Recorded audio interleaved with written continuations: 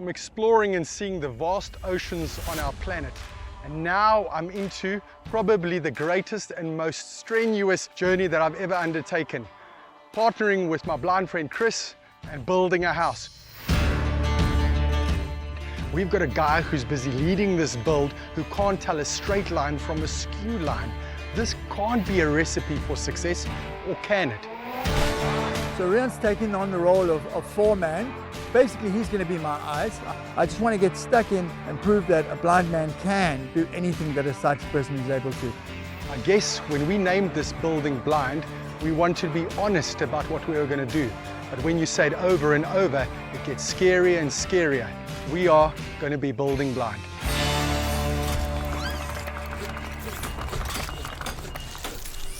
Proudly brought to you by Everite, home of Nutec, building solutions that you can trust.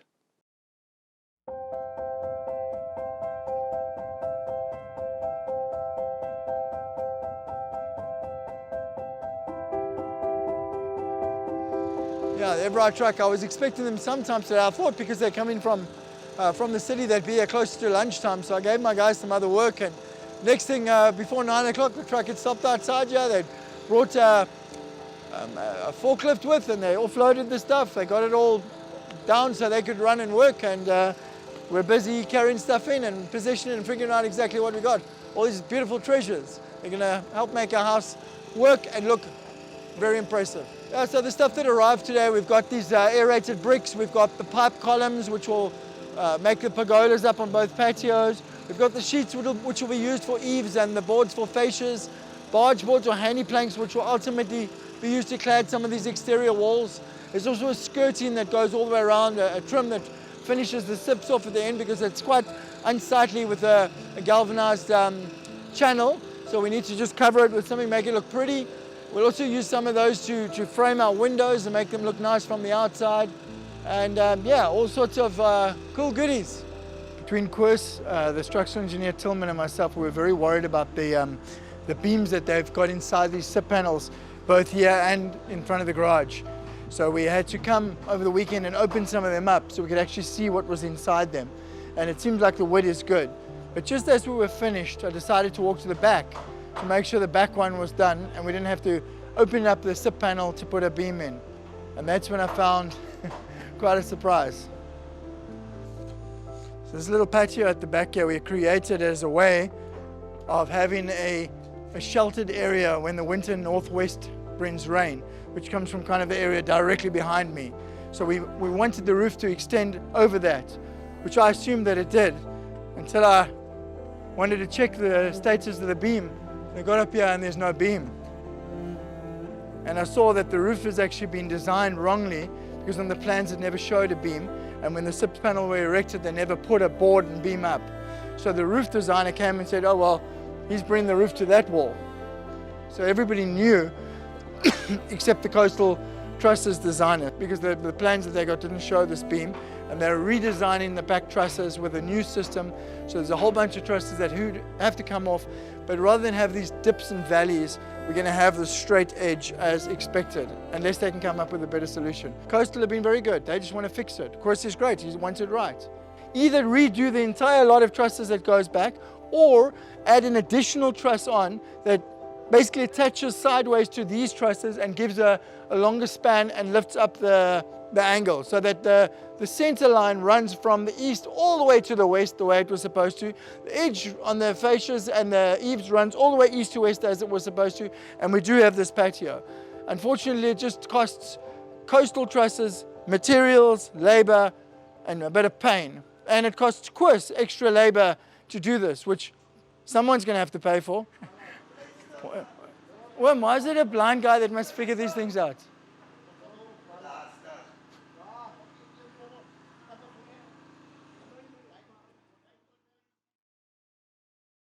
These windows are extremely low, eh? Yeah. I mean, this is like 30 centimeters off the ground. I mean, That's why? That's fine in most places, but it has caused some problems in others. For example, in the kitchen where the window was too low, the counter, on a standard height counter, would be higher than the windows. Oh, I saw that chart. Those windows.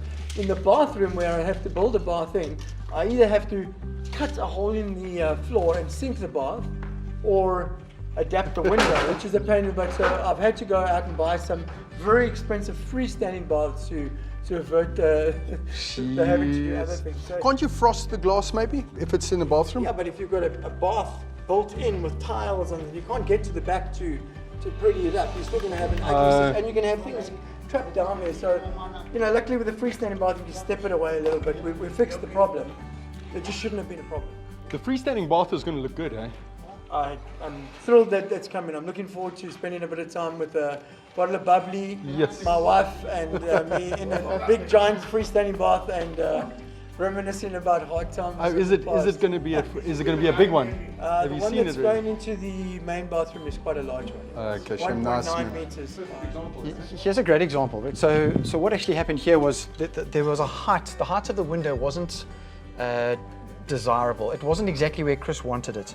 And so, of course, because you would actually have a counter here that you're going to work on. Correct. And that counter couldn't be above the. that's right. window. So it's for a practical reason, and so there needed to be a change. And all these panels arrived to site in a controlled environment. That's where they're made. Yeah. But this is a great example to show you that if a change does need to be made, it can be done. And it's done relatively seamlessly, as you can see over here. So they've just basically cut out what needed to be cut out from the original panel and refitted with timber supports around, a new panel piece, and the window frame, which is at the right height to be able to accommodate that level surface, is now above where that surface is going to be. And the end result will ultimately be plastered and painted and coated as suited. Okay, so the strength is still what it was previously. Absolutely. Just on the same topic, if this was above the window height and in a scenario where you want mechanical ventilation and air conditioning, etc., here's another opportunity Sure. that you can use a similar type of installation to accommodate an air conditioner. Very, very good point, because he's probably going to be putting in air conditioning, and now he doesn't have to go and knock holes through his brickwork.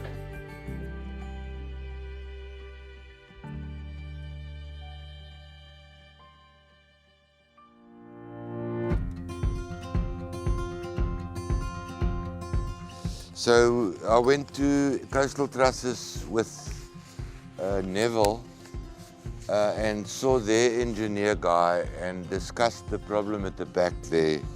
And both me and them agreed that we should put that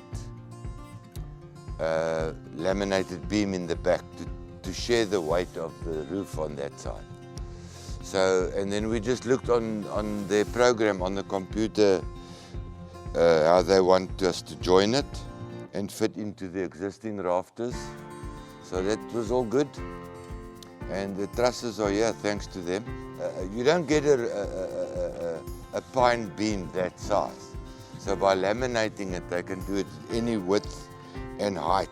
And your strength lies in the height of the laminated beam. If you don't have this beam, those trusses will, and there's no support on you, it'll cantilever. You heard what's cantilever? All the weight of the point, it will hang on this.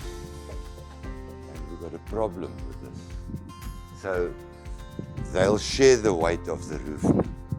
So this comes out. And we put struts underneath for that to rest on. So those two beams in here will share the load of the roof with that laminated beam, which is then we're in a safe zone. Otherwise, it's not to say it's going to fall down, but you never know. Rather safe than sorry. So that beam is what the extra thing is really. I realized that the designers had come along and not, thought that the roof wasn't going to go there because there wasn't any supports there when the roof is actually meant to go there. So luckily, our truss supplier Coastal was very quick to come to the party and get manufacturing, and they did some new trusses, and we had some changes. The big loss for us is it's a very small financial loss, but the big loss for us is time, which is probably more valuable right now than money. So between me, Chris and Sam, we corrected the mistakes. Sam was with for treats and we measured, ne Sammy? Look, it's still a lot of work, make no mistake. But the bulk of it is done now. It was hard going till here, definitely. A lot of delays and stuff, but everything is on site. So if we can get the roof on and the door's in, then you can start calling it a house.